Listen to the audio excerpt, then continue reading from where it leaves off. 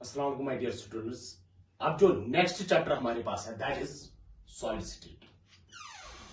अगर हम देखेंगे under normal conditions a substance can exist in solid state, liquid state और in gaseous state under normal conditions.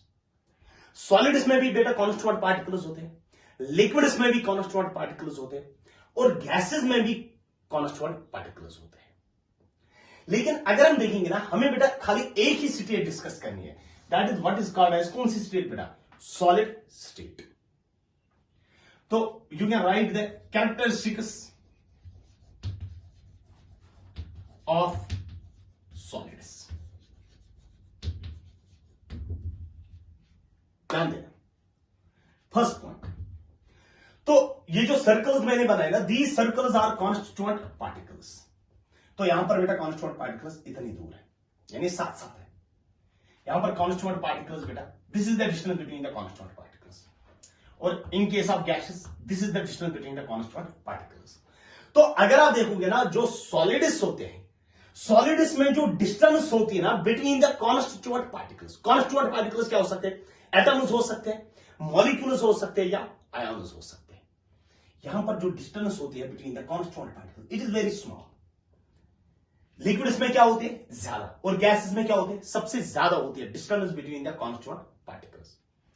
यानी पहला पॉइंट अगर आप सॉलिड्स में देखोगे, सॉलिड्स में पहला पॉइंट है the distance between the constituent particles, the distance between the constituent particles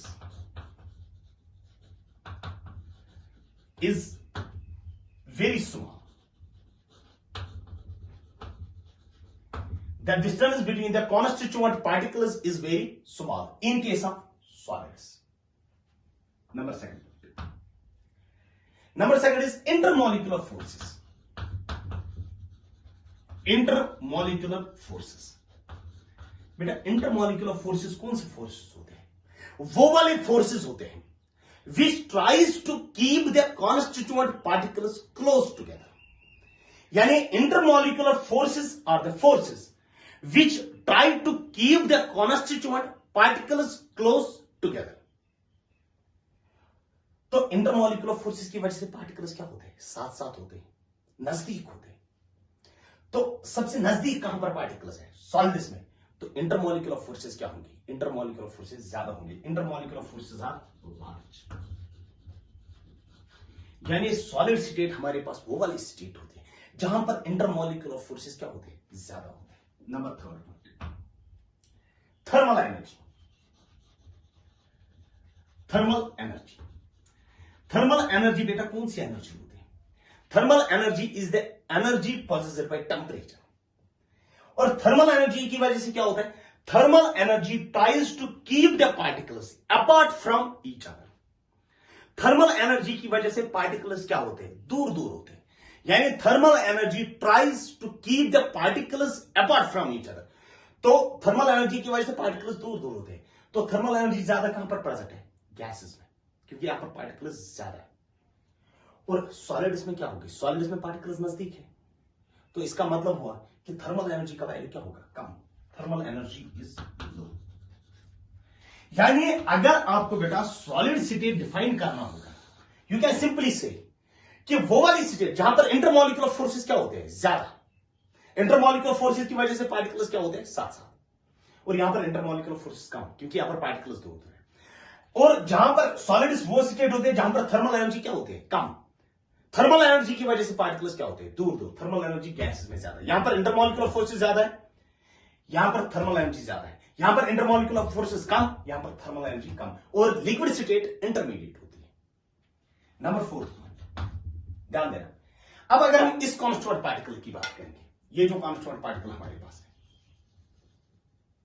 ये कॉन्स्टिट्यूएंट पार्टिकल, इस कॉन्स्टिट्यूएंट पार्टिकल के पास एक ही मोशन हो सकती है, that is what is called as to and fro motion. क्योंकि जो सॉलिड्स होते हैं ना, सॉलिड्स में पार्टिकल्स टच नहीं करते, वहां पर पार्टिकल्स क्लोजली होते हैं, not touching with each other. तो यहां पर अगर हम इस पार्टिकल की बात करेंगे, इस पार्टिकल के पास एक मोशन पॉसिबल है, that is what is called as vibrational motion और which is called as to and fro motion. यानी इसमें जो कॉन्स्टिट्यूएंट पार्टिकल्स होते हैं सॉलिड्स में, वो एक ही मोशन दिखा सकते हैं, that is vibrational motion. Constituent particles possess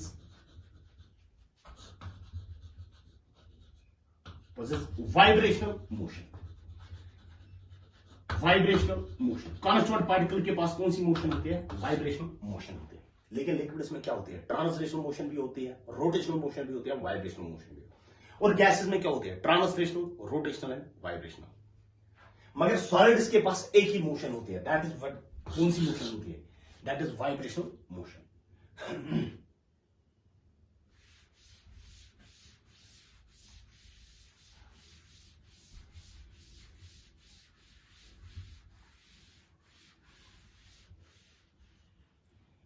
अब जो बेटा नेक्स्ट हमें डिस्कस करना है, that is classification of solids. Classification of solids. You divide the solids into two categories. One you call as crystalline solids, and number second you call the solids as amorphous solids. Points of difference क्या है between the crystalline solids and amorphous solids? ध्यान दें, जो crystalline solids है ये भी हमारे पास सॉलिड्स है, amorphous solids are also solids. यहां पर भी बेटा कॉन्स्टिट्यूएंट पार्टिकल्स होंगे और इनके साथ amorphous solids are also made up of constituent particles. Suppose the constituent particles are A and B.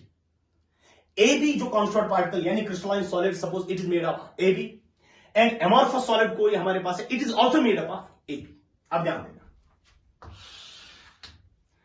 अगर मैं बेटा इस तरीके से अरेंजमेंट बनाऊंगा, A B A B A B,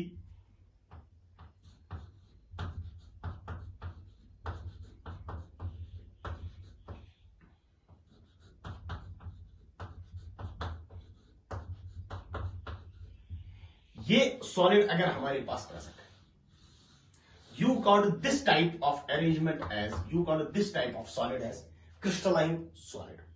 अगर आप देखोगे ना बेटा यहां पर, इसमें बेटा जो अरेंजमेंट होता है, एक तो वो रेगुलर अरेंजमेंट होता है और दूसरा रिपीटेड अरेंजमेंट होता है. और हमने बोला suppose the crystalline solid is made up of A B. अब यहां पर जो कॉन्स्टिट्यूएंट पार्टिकल्स है ना, वो कॉन्स्टिट्यूएंट पार्टिकल्स क्या है? ए बी हमारे पास कॉन्स्टिट्यूएंट पार्टिकल्स है. अब इन कॉन्स्टिट्यूएंट पार्टिकल्स के पास कौन सा अरेंजमेंट है? Regular and repeated arrangement. क्योंकि A B A B A B, इसी तरीके से A B A B A B A B so on.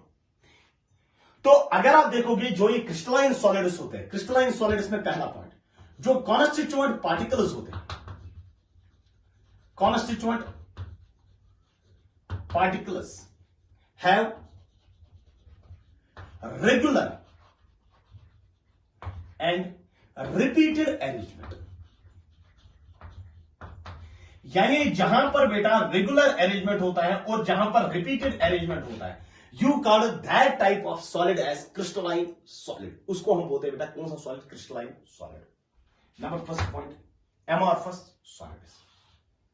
Suppose the amorphous solid is also made up of AB. अब मैं यहां पर बेटा इस तरीके से अरेंजमेंट बनाऊंगा, फिर ए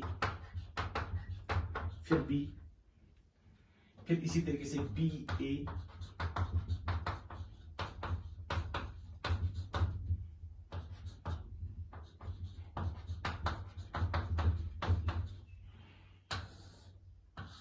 यू कॉल्ड, अगर यहां पर भी बेटा कॉन्स्टिट्यूएंट पार्टिकल्स है ए बी ही, and you called this type of solid as कौन सा सॉलिड? Amorphous solid. इसको हम बोलते हैं बेटा कौन सा सॉलिड? Amorphous solid. और अगर आप इस एमॉर्फस सॉलिड में देखोगे बेटा अरेंजमेंट कौन सा है, आप बोलोगे ना तो रेगुलर अरेंजमेंट है और ना तो रिपीटेड अरेंजमेंट है. क्योंकि ए बी, फिर उसके बाद थोड़ी सी स्पेस, फिर ए, फिर गैप, फिर बी. ना तो रेगुलर अरेंजमेंट है ना तो रिपीटेड अरेंजमेंट है. Constituent particles don't have regular and repeated arrangement. ना तो बेटा रेगुलर अरेंजमेंट ही होता है और ना तो कौन सा अरेंजमेंट होता है, repeated arrangement in case of which solids, in case of amorphous solids. Number second point, जो क्रिस्टलाइन सॉलिड्स होते हैं, क्रिस्टलाइन सॉलिड्स के पास होता है long range order. Crystalline solids possess which order, long range order. अब लॉन्ग रेंज का मतलब क्या होता है, ध्यान दें। लॉन्ग रेंज का मतलब हुआ अगर आपको बेटा ऑर्डर पता है एट सम पॉइंट, ऑर्डर बेटा अगर आपको किसी पॉइंट पे पता है, you can find the order at some other point, आप किसी और पॉइंट पे ऑर्डर निकाल सकते हो। अगर आपको बेटा इस पॉइंट पे ऑर्डर पता है, आप ऑर्डर निकाल सकते हो किसी और पॉइंट पे। You call that type of solid as कौन सा solid, that order is called as long range. यानी लॉन्ग रेंज का मतलब होता है अगर आपको बेटा ऑर्डर एक पॉइंट पे पता है, सपोज आप इस सॉलिड को एक्सटेंड करोगे तो अप टू सम पॉइंट, आप बोलोगे वहां पर क्या अरेंजमेंट होगा, आप बोलोगे वहां पर भी अरेंजमेंट होगा A B, and you call that type of order as long range order. यानी ऑर्डर पता है एक पॉइंट पे, you can find the order at some other point, that order is called as long range order। और amorphous solids में क्या होता है, amorphous solids में बेटा होता है short range order। यानी अगर इनमें बेटा ऑर्डर एग्जिस्ट करता है, that will exist for only small distance. यानी यहां पर ऑर्डर है ए बी, लेकिन ये यहां पर ही एग्जिस्ट करता है, फिर उसके बाद एक्सटेंड नहीं होता है। या अगर किसी और पॉइंट पे बेटा ए बी एलिमेंट है, यहां पर भी बेटा A B element, but it exist for only a small distance, that is called as short range order. Next बेटा नंबर थर्ड पॉइंट, जो क्रिस्टलाइन सॉलिड्स होते हैं, those are called as true solids. Crystalline solids are called as कौन से solids, true solids. और जो amorphous solids होते हैं, amorphous solids are called as pseudo solids और supercooled liquids, supercooled liquids. Pseudo solids का मतलब होता है फॉलस सॉलिड्स, और what you call as supercooled liquids. Supercooled liquids में बेटा लास्ट पे एक्सप्लेन करूंगा सुपरकूलर लिक्विड्स का मतलब क्या होता है। नंबर फोर्थ पॉइंट, अगर आप देखोगे क्रिस्टलाइन सॉलिड्स में जो रेगुलर अरेंजमेंट होता है और रिपीटेड अरेंजमेंट होता है, you can say same type of bonds present है, और what you call as same type of interaction present है। मगर एमॉर्फस सॉलिड्स में क्या होता है बेटा, एमॉर्फस सॉलिड्स में चूंकि अरेंजमेंट तो बेटा सेम नहीं, रेगुलर नहीं है, different arrangements, yani you can say different types of bonds are present here, या you can say different types of interactions are present here। अगर आप इसको हीट करोगे it will melt at some particular point, क्योंकि एक ही तरीके के bonds आपको ब्रेक करने। यहां पर आपको बेटा different types of bonds we have to break। तो अगर आप देखोगे क्रिस्टलाइन सॉलिड्स जो होते हैं ना, उनका शार्प मेल्टिंग पॉइंट होता है। क्रिस्टलाइन सॉलिड्स का sharp melting point, crystalline solids have sharp melting point। और नंबर फोर्थ पॉइंट, जो amorphous solids होते हैं, नंबर फोर्थ पॉइंट बेटा amorphous solids में, amorphous solids में बेटा sharp melting point नहीं होता है, क्योंकि we have to break different types of bonds, they will melt over a range of temperature। suppose it melts at 60 degree, ये बेटा suppose it melts at 50 degree to 90 degree, यानी melts over a range of temperature, melts over a range of temperature, melts over a range of temperature। तो कौन से solids बेटा, amorphous solids, amorphous solids melts over a range of temperature।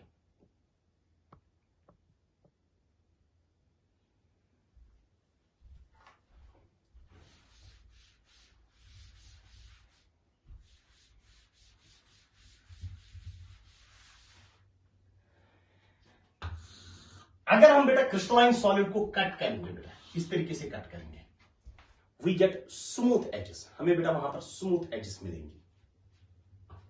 Number fifth point, when cut with a knife,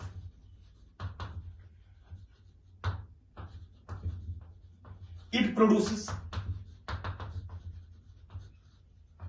smooth edges. और amorphous solids में क्या होते हैं, अगर आप एमॉर्फस सॉलिड्स को बेटा कट करोगे with a knife, it produces irregular edges. When cut with a knife, it produces irregular edges. It produces irregular edges. यहां पर बेटा irregular edges प्रोड्यूस हो जाएंगे किसमें बेटा? In case of amorphous solids. Next point बेटा number 6 point, ये important point है बेटा। Crystalline solids are anisotropic. Anisotropic मैं भी समझाऊंगा बेटा एनआइसोट्रॉपिक का मतलब क्या होता है। यहां का 6th पॉइंट बेटा वो भी important. Amorphous solids are isotropic. Anisotropic का मतलब क्या है, ध्यान देना बेटा। एनआइसोट्रॉपिक का मतलब हुआ they have different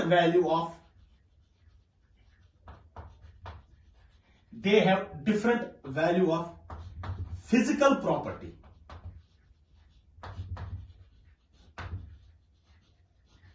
along different directions. They have different value of physical property along different directions. यानी फिजिकल प्रॉपर्टी जो होती है सॉलिड्स की that depends on direction, that is direction dependent. और आइसोट्रॉपिक का मतलब क्या है? They have same value of physical property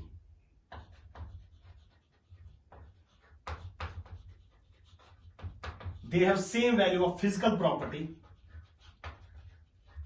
along all the directions.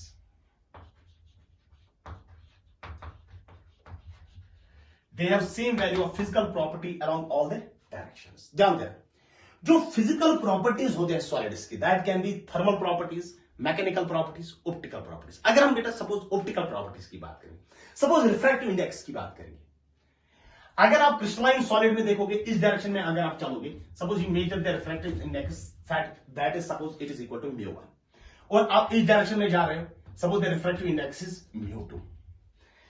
In case of crystalline solids जो फिजिकल प्रॉपर्टी होते हैं ना दैट डिपेंड्स ऑन डायरेक्शन, यानी μ1 जो होगा it will not be equal to μ2। यानी यहां से जो फिजिकल प्रॉपर्टी होगी, सपोज द फिजिकल प्रॉपर्टी आपने रिफ्रैक्टिव इंडेक्स ली, उसका वैल्यू है μ1 और इस तरीके से you get μ2 and μ1 is not equal to μ2, यानी जो रिफ्रैक्टिव इंडेक्स है इट डिपेंड्स ऑन डायरेक्शन। मगर अगर आप एमॉर्फस सॉलिड्स में इस डायरेक्शन से चलोगे, suppose the refractive index is μ1, इस डायरेक्शन से चलोगे, suppose the refractive index is μ2।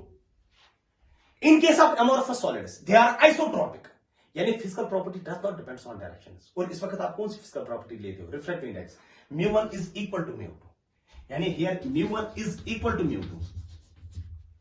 और यहां पर क्या होता है? μ1 is not equal to μ2 crystalline solids में। यानी क्रिस्टलाइन सॉलिड्स में जो प्रॉपर्टी होती है the property depends on physical property depends on direction. In case of amorphous solid that is called as anisotropic. और एमॉर्फस सॉलिड्स में क्या होते हैं? Physical property does not depends on direction, that is what is called as isotropic. Example कौन सी है बेटा crystalline solids में? क्वार्ट्ज। क्वार्ट्ज फॉर्मूला क्या है? SiO2। डायमंड हमारे पास है, ग्रेफाइट हमारे पास है, एक्सेट्रा। और इसकी एग्जांपल क्या है बेटा एमॉर्फस सॉलिड्स में? गिलास हमारे पास है, गिलास की भी फॉर्मूला है SiO2। रबर हमारे पास है, प्लास्टिक हमारे पास, etcetera. These are which solids? Amorphous solids.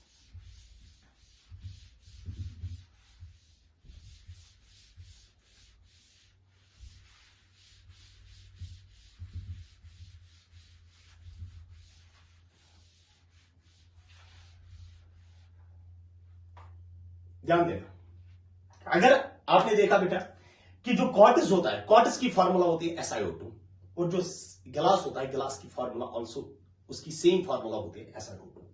ध्यान देना, अगर हम SiO2 लेंगे and you take the SiO2 in molten state, molten state का मतलब हुआ लिक्विड स्टेट। अगर आप इसको बेटा कूलिंग कर दोगे, कूलिंग की वजह से क्या होगा? The liquid gets molten state gets converted into solid state. Cooling करो।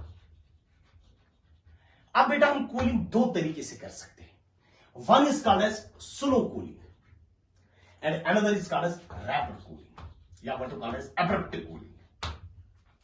स्लो कूलिंग का मतलब क्या है, ध्यान देना. स्लो कूलिंग का मतलब हुआ बेटा हम इस मोल्टन स्टेट को टाइम देंगे ताकि ये खुद ब खुद कूल हो जाए, स्लोली ये कूल हो जाए. और एब्रप्ट कूलिंग का मतलब क्या हुआ, हम बेटा इसको सपोज 2 मिनट में ही कूल कर देते हैं. ठीक है, कैसे कूल कर देता है that is a different story. And that cooling is called as कौन सी कूलिंग, रैपिड कूलिंग. अब ध्यान देना स्लो कूलिंग का मतलब क्या है, ध्यान देना स्लो कूलिंग की वजह से क्या होता है. सपोज क्लासरूम हमारे पास है बेटा, इस क्लासरूम में बेटा स्टूडेंट सेंटर होते हैं. अगर हम स्टूडेंट्स को स्लोली बेटा क्लासरूम में एंटर होने देंगे, हम स्लोली 1 by 1 स्टूडेंट को एंटर होने देंगे, तो उसके बाद जब आप लास्ट पे क्लासरूम में जाओगे आपको बेटा जो अरेंजमेंट दिखेगा स्टूडेंट्स का that will be a regular arrangement. वो आपको एक रेगुलर अरेंजमेंट होगा वहां पर, यानी वहां पर आप देखोगे एक रेगुलर अरेंजमेंट होगा वहां पर. And you call that as crystalline structure. तो आप उसको बोलोगे उस वक्त की क्रिस्टलाइन स्ट्रक्चर बन गया. It is a crystalline structure because a regular arrangement is present. लेकिन अगर आप अब स्टूडेंट्स, अब अगर आपके पास क्लासरूम है और आप स्टूडेंट्स को बेटा एब्रप्टली अंदर डाल रहे हो, मतलब क्विकली की वजह से क्या होगा, जब आप लास्ट पे चलोगे ना कुछ स्टूडेंट्स नजदीक होंगे, कुछ स्टूडेंट्स बेटा दूर दूर होंगे, और कोई स्टूडेंट यहां पर होगा, फिर और एक स्टूडेंट वहां पर होगा. तो you call that type of irregular arrangement will be formed there. जब आप रैपिडली स्टूडेंट्स को अंदर डालोगे तो you call that type of arrangement as amorphous. तो सेम इज द केस है. जब हम स्लो कूलिंग करते हैं, स्लो कूलिंग की वजह से क्या होता है, पार्टिकल को टाइम मिलता है ताकि वो एक रेगुलर अरेंजमेंट बनाएगा वहां पर. And you get what is called as quartz. आपको कॉट्स मिलता है.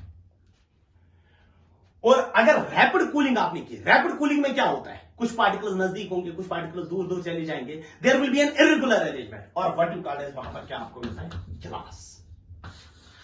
और गिलास किस कैटेगरी में आ जाता है, एमॉर्फस सॉलिड की कैटेगरी में आ जाता है. और क्वार्ट्ज किस कैटेगरी में आ जाता है, क्रिस्टलाइन सॉलिड की कैटेगरी में आ जाता है.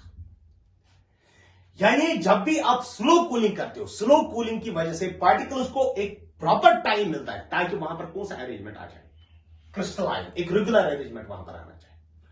और एब्रप्ट कूलिंग, रैपिड कूलिंग की वजह से क्या होता है, पार्टिकल्स को टाइम नहीं मिलता है ताकि वो एक रेगुलर अरेंजमेंट बनाए. तो वहां पर डेफिनेटली कौन सा अरेंजमेंट बनेगा, irregular arrangement. And you get what is called as glass. That is like glass जो बनता है ना, it is formed by rapid cooling और एब्रप्ट कूलिंग. और what you call this glass as a super cooled liquid. इसको हम बोलते हैं these are called as super cooled liquids. और अगर आप देखोगे जब यहां पर बेटा रेगुलर अरेंजमेंट नहीं होगा तो इस गिलास की ये टेंडेंसी होती है, इट कैन फ्लो. इसकी एक प्रॉपर्टी होती है what use called as flow होने की प्रॉपर्टी. ठीक है, यानी ये डिफ्यूज हो, it has a property of a flow. किसकी बेटा, गिलास की. लेकिन क्वार्ट्ज की ऐसी प्रॉपर्टी नहीं होती.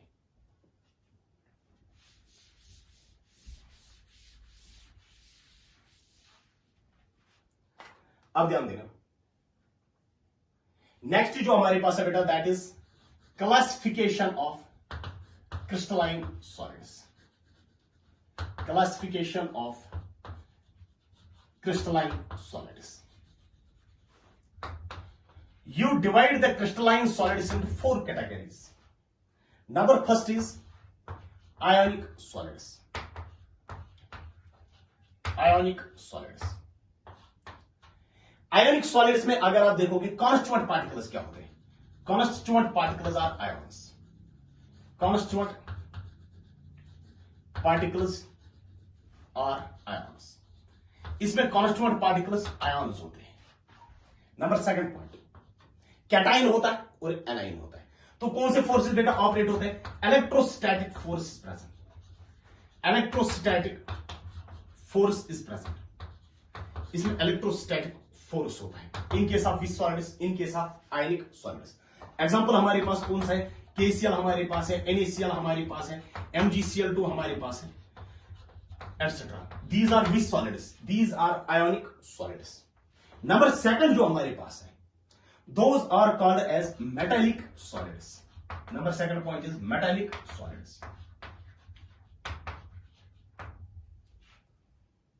Metallic solids में पहला पॉइंट जो है that is constituent particles. Constituent particles are kernels and free electrons. जो मेटल्स होते हैं ना, metals are made up of kernels and free electrons, यानी एक तो कर्नल पे पॉजिटिव चार्ज होता है और फ्री इलेक्ट्रॉन्स, और what you call as valence electrons, उनके ऊपर तो आपको पता है नेगेटिव चार्ज होता है। तो अगर आप देखोगे नंबर सेकंड पॉइंट, इनमें कौन सी बॉन्डिंग प्रेजेंट होते हैं? Metallic bonding is present, metallic bonding is present, इनमें मेटालिक बॉन्डिंग होती है। एग्जांपल कौन सा हमारे पास आता है बेटा? आयरन आता है, कोबाल्ट आता है, निकल आता है, कॉपर आता है, etcetera. These are which solids? These are metallic solids.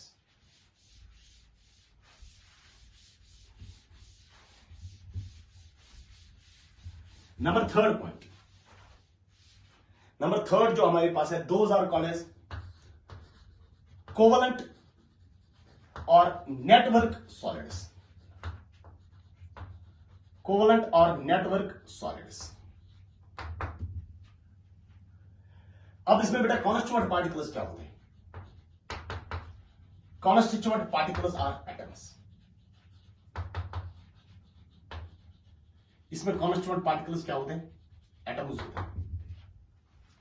Number second point, covalent bonding is present, covalent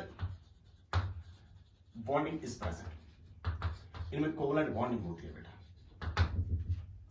example कौन से होती है बेटा? इसमें सिलिक SI क्वार्टर्स होता है, दैट इज SiO2, डायमंड होता है, ग्रेफाइट होता है, सिलिकॉन कार्बाइड होता है, एल्यूमिनियम नाइट्राइड होता है, एक्सेट्रा। अगर आप देखोगे ये सारे हमारे पास इंसुलेटर्स होते हैं एक्सेप्ट दिस। जो ग्रेफाइट होता है, और these are hard, they have high melting point. और ग्रेफाइट जो होता है, ग्रेफाइट हमारे पास एक्सेप्ट दिस ग्रेफाइट। अगर आप देखोगे ना, जो कोवलेंट और नेटवर्क सॉलिड्स होते हैं ना, इनका जो मेल्टिंग पॉइंट होता है that is almost similar to that of the ionic solids. वरना आप नॉर्मली बोलते हैं ना, ionic solids have high melting point except covalent और नेटवर्क सॉलिड्स। ये जो सॉलिड्स होते हैं, इनका मेल्टिंग पॉइंट ऑलमोस्ट उतना ही होता है जितना किनके पास होता है, जितना होता है आयोनिक, जितना आयोनिक सॉलिड्स के पास होता है। और अगर आप देखोगे जो ग्रेफाइट हमारे पास होता है, वरना ये हार्ड होते हैं, लेकिन जो ग्रेफाइट होता है it is soft and good conductor, soft and good conductor. ये बाकी जो होते हैं ना, बाकी इंसुलेटर्स होते हैं, ये हमारे पास एक्सेप्शंस में।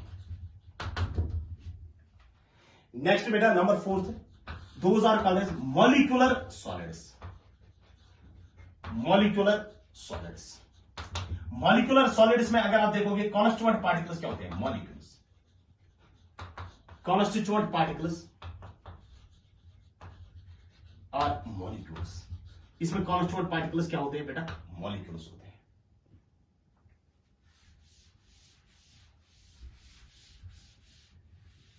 अब molecular solids की अगर हम बात कर लेंगे, types of molecular solids, types of molecular solids।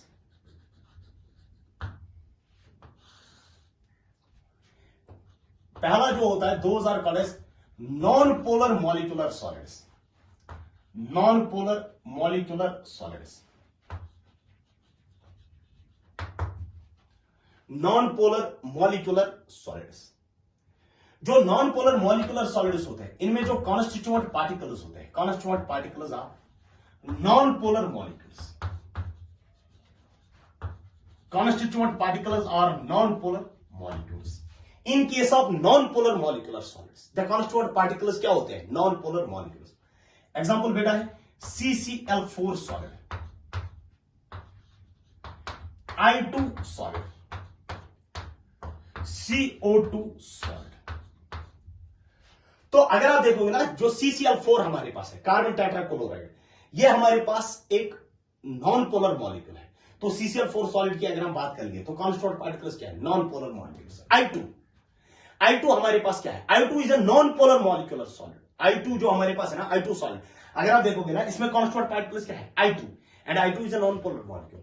और CO2 सॉलिड में अगर आप देखोगे कॉन्स्टिट्यूएंट पार्टिकल्स क्या है? CO2, and CO2 is a non polar molecule. और इसमें अगर आप देखोगे ना, इनमें लंडन डिस्पर्शन फोर्सेस प्रेजेंट होते हैं, London dispersion forces are present.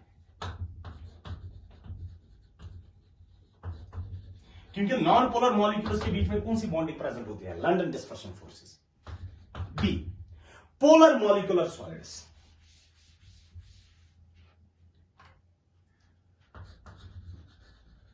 Polar molecular solids.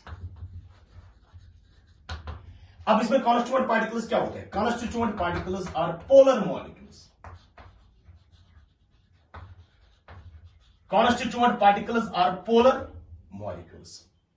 Example हमारे पास बेटा अगर आप देखेंगे, HCl हमारे पास है, SO2 हमारे पास है। These are polar molecular solids. HCl solid हमारे पास, SO2 solid, these are polar molecular solids. अगर हम HCl की बात करेंगे, यहां पर बेटा पार्शियल नेगेटिव होता है और यहां पर क्या होता है? Partial positive. अगर आप देखोगे HCl और HCl को अगर हम दूसरे HCl के साथ देखेंगे तो वहां पर कौन सी इंटरेक्शन प्रेजेंट होती है? It is a dipole. वहां पर इंटरेक्शन जो होते हैं पोलर मॉलिक्यूल्स के बीच में कौन सी इंटरेक्शन प्रेजेंट होती है? Dipole dipole interaction present. तो यहां पर कौन सी इंटरेक्शन होती है? Dipole dipole interaction.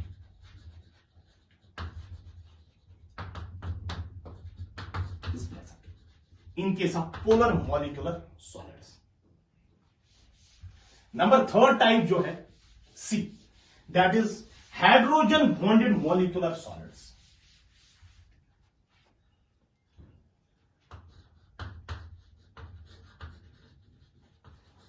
Hydrogen bonded molecular solids. जो हाइड्रोजन बॉन्डेड मॉलिक्यूलर सॉलिड्स होते हैं, इसमें कॉन्स्टिट्यूएंट पार्टिकल्स क्या होते हैं? Constituent particles are polar molecules. इसमें भी कॉन्स्टिट्यूएंट पार्टिकल्स पोलर मॉलिक्यूल्स ही होते हैं, मगर कौन से पोलर मॉलिक्यूल्स? वो वाले पोलर मॉलिक्यूल जो हाइड्रोजन बॉन्ड बना सकते हैं, जैसे H2O solid, NH3 solid, etcetera. अगर आप वाटर का स्ट्रक्चर देखोगे, वाटर का स्ट्रक्चर बेटा इस तरीके से होता है। हाइड्रोजन पे पार्शियल पॉजिटिव, ऑक्सीजन पे पार्शियल नेगेटिव, हाइड्रोजन पे पार्शियल पॉजिटिव, यहां पर partial negative. It is a polar molecule, एक पॉजिटिव एंड और एक नेगेटिव एंड। मगर एक वाटर मॉलिक्यूल, एक HCl को दूसरे HCl के साथ कौन सी इंटरेक्शन है? Dipole dipole interaction. बट एक वाटर मॉलिक्यूल को दूसरे वाटर मॉलिक्यूल के साथ कौन सी इंटरेक्शन प्रेजेंट होती है? Hydrogen bonding is present.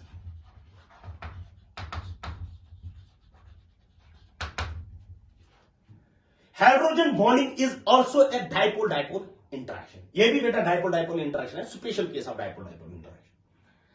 तो इसके साथ बेटा हमने जो पहला पोर्शन था इसका सॉलिड्स, फिर उसके बाद क्लासिफिकेशन ऑफ सॉलिड्स, फिर उसके बाद क्लासिफिकेशन ऑफ क्रिस्टलाइन सॉलिड्स, वो कंप्लीट किया है। नेक्स्ट लेक्चर में बेटा हम इंशाल्लाह डिस्कस करने जा रहे हैं स्पेस लैटिस और क्रिस्टल लैटिस।